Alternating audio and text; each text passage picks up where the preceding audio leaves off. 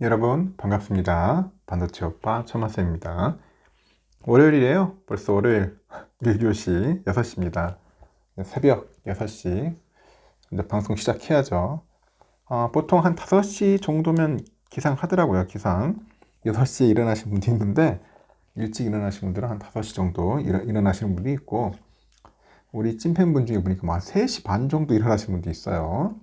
우리 삼뽕고님 같은 경우에, 고재현님 같은 경우에는 보니까 한 3시 반 정도 이렇게 일어나가지고 이제 카페에 이제 출근해가지고 로스팅하고 하는 것 같은데, 상당히 부지런한 분이죠. 하여튼 다양한 분들이 많습니다. 이렇게 다양한 삶을 이제 즐기는 분도 있고, 생업에 전념하는 분도 있고, 하여튼 부지런한 분들이 상당히 많아요. 일찍 주무셔야겠지. 일단은 일찍 일어나려면은. 저도 일찍 자려고 노력을 하는데, 항상 보면 수면 부족에 이제 시달리는 거예요. 좀 늦게 자고 일찍 일어나려고 하니까 상당히 좀 힘듭니다. 훈련이 안 되면 힘든 거예요. 훈련이 안 되면은. 주식 투자도 마찬가지로 훈련이 돼야지, 훈련이 안 되면 상당히 힘들어요. 살아보니까 이거 다산 정약용 선생이 이런 얘기를 했어요. 이거 삶이 지옥 같다 느낄 때마다 이 되새겼다는 문장이 있더라고요. 여러분도 삶이 지옥 같지 않습니까? 저도 간혹 지옥같이 느낄 때가 있어요. 그래서 이런 문장들을 한번 읽어봅니다. 이 분노는 독한 술과 같아가지고 내가 분노에 취하는 것이 아니라 분노가 나를 집어삼킨다고 하죠. 그리고 기적은 힘차게 내디딘 그 첫 한 걸음에서 시작하고요. 포기하고 싶은 순간에 그 내디딘 마지막 한 걸음에서 완성이 된다. 그렇습니다. 세 번째는 아무것도 하지 않으면 아무 일도 일어나지 않아요. 이 확실한 명언이네요, 보니까. 그래서 제가 항상 하는 거야. 방송을 안 하면 아무것도 일어나는 게 없어요. 변화가 없지요. 그리고 두려워할 만한 것은 두려워합시오. 두려워하세요. 그리고 맞서야 할 만한 것은 맞서라. 그것이 참된 용기다. 참된 용기. 다섯 번째는 오늘 고치지 않고 내일을 기대하지 말라. 그리고 실수를 인정하는 것은 어려운 일이지만은 길이 멀다고 해서 거꾸로 걸을 수는 없다. 그러니까 어려운 길도 가보는 겁니다. 가보는 거예요. 후퇴라는 거 없다, 인생에. 노빠꾸 없어, 노빠꾸. 하여튼 인간은 격하게 행동할 때가 아닌 잠시 멈췄을 때 오히려 길을 찾아낸다고 합니다. 그리고 나를 깨닫는 과정은 나를 아는 것에서 시작하는 거예요. 그리고 그 끝은 나를 사랑하는 것이다. 여러분 스스로를 사랑을 하세요. 미워하지 마요. 그리고 어른의 격은 축적된 지식이 아니라 이 드러난 태도로 증명이 된다고 합니다. 회복이란 이전으로 돌아가는 것이 아니라 이전과 확실하게 결별하는 것이다. 상당히 의미 있는데요. 결별하는 것이다. 그리고 실수를 인정하는 것은 어려운 일이지만 길이 멀다고 해서 거꾸로 갈 수 없다 했죠. 세상에서 가장 최악의 거짓은 자기 스스로를 속이는 것이다. 거짓을 말하는 사람과 거짓을 듣는 사람이 하나로 겹치기 때문이다. 내 몸이 보잘것없어 보인다면 내 마음이 초라하지 않은지 한번 살펴보라고 합니다. 이 고난 속에서도 즐거움을 잃어서는 안 돼요. 그것마저 잃으면 현실은 지옥이 된다. 저는 이 문장이 가장 의미가 있어. 이 투자를 하다 보면 상당히 즐겁지가 않을 때가 있어요. 힘들고 어려울 때 있습니다. 이런 때 여러분 즐거움이 없으면 완전 죽을 맛인 거야. 그러니까 주식 투자는 좀 즐거워야 하는데 이 즐거움이 없으면 말 그대로 지옥이나 지옥. 그래서 제가 함부로 주식 투자 하지 말라는 이유가 다 있는 거예요. 어른다움은 자신의 부족함을 인정하는 것에서부터 시작된다고 하네요. 그리고 사람의 마음은 흔들리기 쉬우니 항상 그 중심을 단단히 붙잡으라고 합니다. 그리고 스스로 생각하면서 길을 걸어야 앞에 풍경이 새로워지고요. 인생이 바닥으로 떨어졌을 때는 다시 기본으로 돌아가자. 기본이 중요하다. 저는 그렇게 보여집니다. 그러니까 주식 투자도 기본이 중요한 거야. 이 기본이 흔들리면은 모든 게 다 흔들립니다. 한번 제가 이야기한 걸 가지고 여러분 한번 투자에 잘 적용을 하셨으면 좋겠네요. 그러면 또 삼성의 이야기를 한번 또 들려드리도록 하겠습니다. 지금 보니까 그 반도체 파운드리하고 이 장비 제조 부분에서 현재 글로벌 1위를 달리고 있는 대만 TSMC하고 네덜란드 그 ASML의 올해 첫 성적표가 업계를 긴장시키고 있네요. 올해 성장 전망치를 대폭 낮췄고 고객들로부터 주문량도 눈에 띄게 줄었습니다. 그래서 이를 두고 IT 수요 회복세가 기대만큼 빠르지 않고요. 오히려 공급 과잉 우려로 인해서 반도체 업계의 투자 심리가 위축돼 있다는 그런 평가가 있습니다. TSMC는 지난 18일 실적 설명에서 1분기 순이익은 전년 동기 대비 9% 증가한 2,255억 대만 달러를 기록했다고 했어요. 대만 지진 후유증도 금세 극복할 거라고 예상을 합니다. 동시에 비관론도 제시했고 TSMC는 파운드리 산업의 올해 성장률 전망을 당초 20%에서 10% 중후반으로 낮춰 잡았고 이 메모리를 제외한 전체 반도체 성장률은 10% 이상에서 약 10%로 끌어내렸습니다.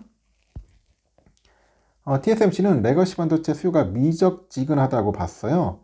이 파운드리 업계는 고성능 반도체용 첨단 공정과 이 저사양용 레거시 공장을 고객사들의 필요에 따라 유연하게 운영을 하는데 첨단 공장은 357나노미터 정도의 아주 가느다란 그런 선폭으로 반도체 회로를 새길 수 있고요.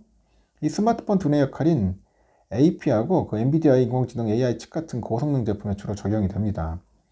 반면에 20나노 이상의 레거시 반도체는 성능은 낮는데 이 가전제품하고 이 산업설비 등에 폭넓게 쓰여가지고 이 든든한 캐시카우 역할을 한다는 거죠. 캐시카우 역할을 해준다.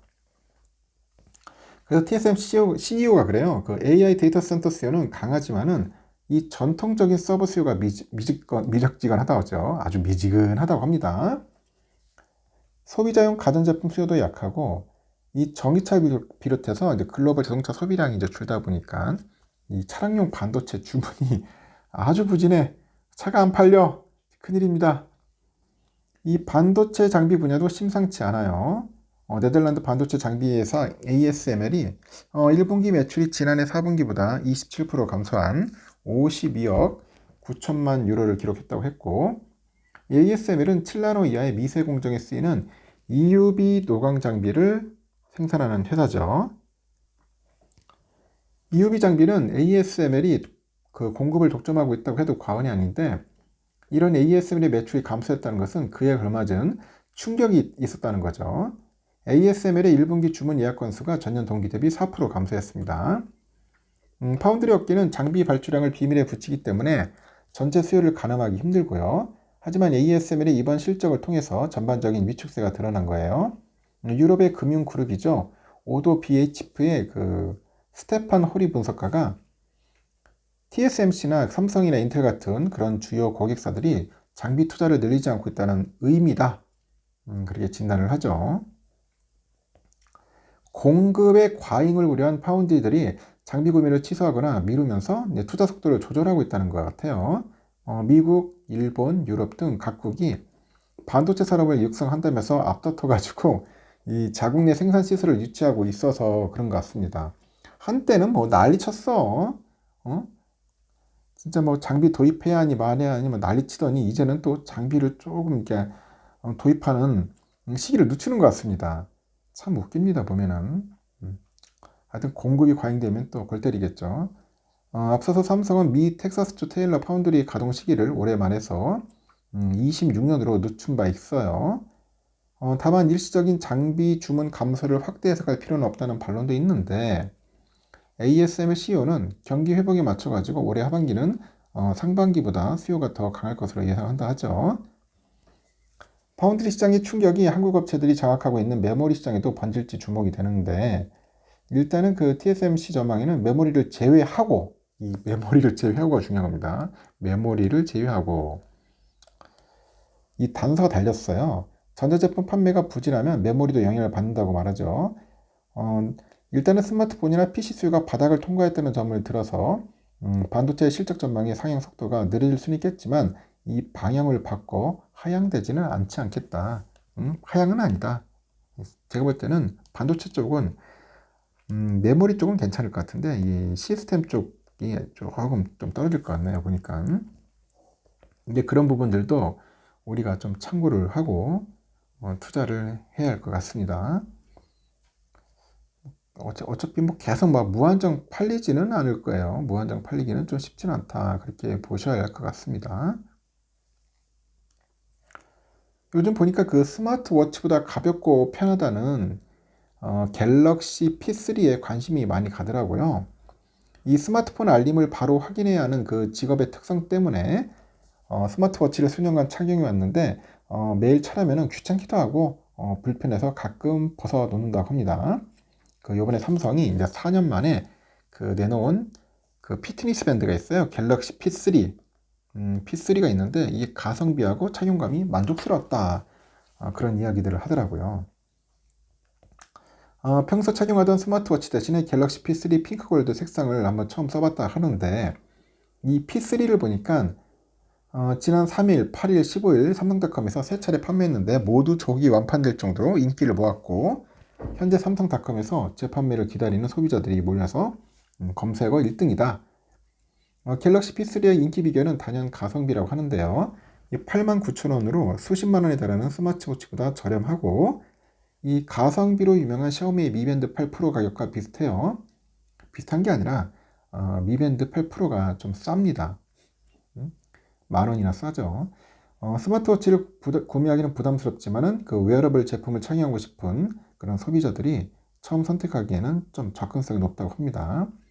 P3는 이 손목에 착 달라붙는 착용감도 만족스럽다고 하네요. 전작 대비 45% 정도 가량 그 커진 40mm 디스플레이를 탑재해서 화면을 볼 때도 좀 시원시원하고 18.5g의 무게가 부담이 없더라.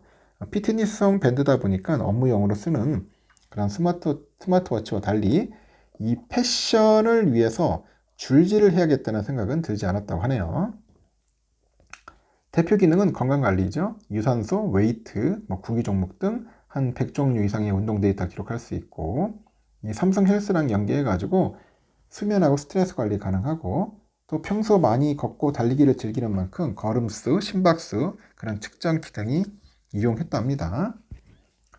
그럼 온도 센서 기반으로 삼성 헬스 앱에서 지원하는 생리주기 예측 기능은 배란을 추적하고 다음 생리 시작일을 알 수 있게 도와줍니다. 이 젊은 여성들한테 좀 필요할 것 같고요. 달리기 대회에서도 활용할 수 있을까 하는데 그래서 뭐 어떤 이 작가가 아니라 이 기자분이 한번 써봤나 봐요. 마라톤 대회 나가가지고 하프 마라톤 첫 도전을 갤럭시 P3랑 함께 해봤대요. 42.195km의 그 풀코스보다는 하프 코스 달린다 보네. 21km 달려보니까 나름대로 뭐 쓸만한가 봐요. 쓸만했는데 대회용으로는 부족하다. 뛰는 도중 중간중간에 심박수가 180이 넘지 않도록 체크하면서 페이스 조절을 할 수 있는 점은 이용했다고 합니다. 2시간 30분가량 땀 흘리면서 달려도 거슬리는 점은 없었다. 근데 다만 이게 GPS 기능이 없어요. GPS. 그게 아쉬움이 있다고 합니다. 기록이 중요한 대회 특성상 GPS 기능이 필요한데 이 거리 오차가 꽤 있어서 남은 거리를 측정하기는 아쉬웠고 GPS를 탑재한 가민 제품과 비교를 해보니까 거리 오차가 한 1km에서 2km 정도 났다고 합니다. GPS 기록 측정이 필요한 격한 운동보다는 가벼운 운동을 할 때 적합해 보였다고 합니다. 그리고 뭐 낙상 감지, 긴급 SOS 기능은 좀 유용하다고 하네요. 하여튼 갤럭시 P3의 흥행으로 이제 스마트 밴드 시장이 이제 본격적으로 커질지 주목이 되는데 시장 조사업체에 보니까 지난해 국내 웨어러블 기기 출하량이 전년 대비 한 25.5% 줄었고 스마트 밴드 출하량은 약 31만 대였네요.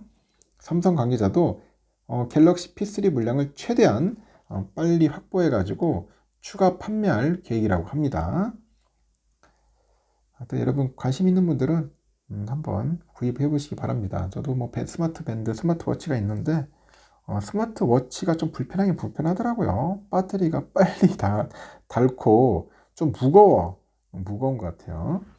운동용으로는 스마트 밴드가 좋은 것 같습니다. 여기까지 하겠습니다. 여러분 좋은 하루 보내시고요. 또 다음 시간에 또 뵙도록 하겠습니다. 감사합니다.